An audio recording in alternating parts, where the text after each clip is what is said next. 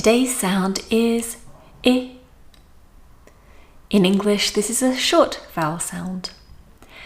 We make it with a relaxed mouth. Try not to smile, otherwise it'll become more like E. Keep it short. I. Repeat after me. I. This is usually spelled with a very simple letter I. For example, it, bit, sing, igloo. But also, if we have the letter E at the beginning of the word, and if that E is weak, we can also use the I sound in many words.